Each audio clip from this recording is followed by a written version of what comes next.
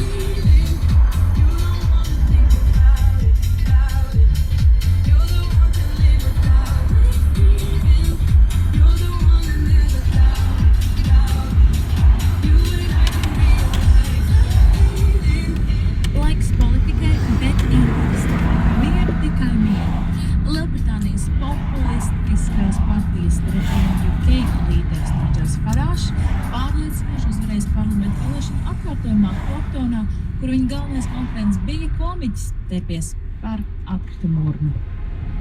Fantastisks sasniegums šķiet uzreiz. Būtu, ja mums Latvijā būtu. Labi, viņiem pat nav jāpārņēmas, daži šie personāži ir tāpat ļoti krāšņi.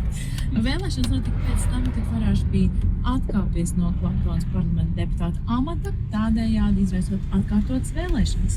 Šoreiz pārējās lielākās Lielbritānijas partijas nolēma kandidātus neizvirzīt, tāpēc Farāža konkurentu vidū bija vairāk nekā 30 mazpazīstamu vai satīrisku kandidātu.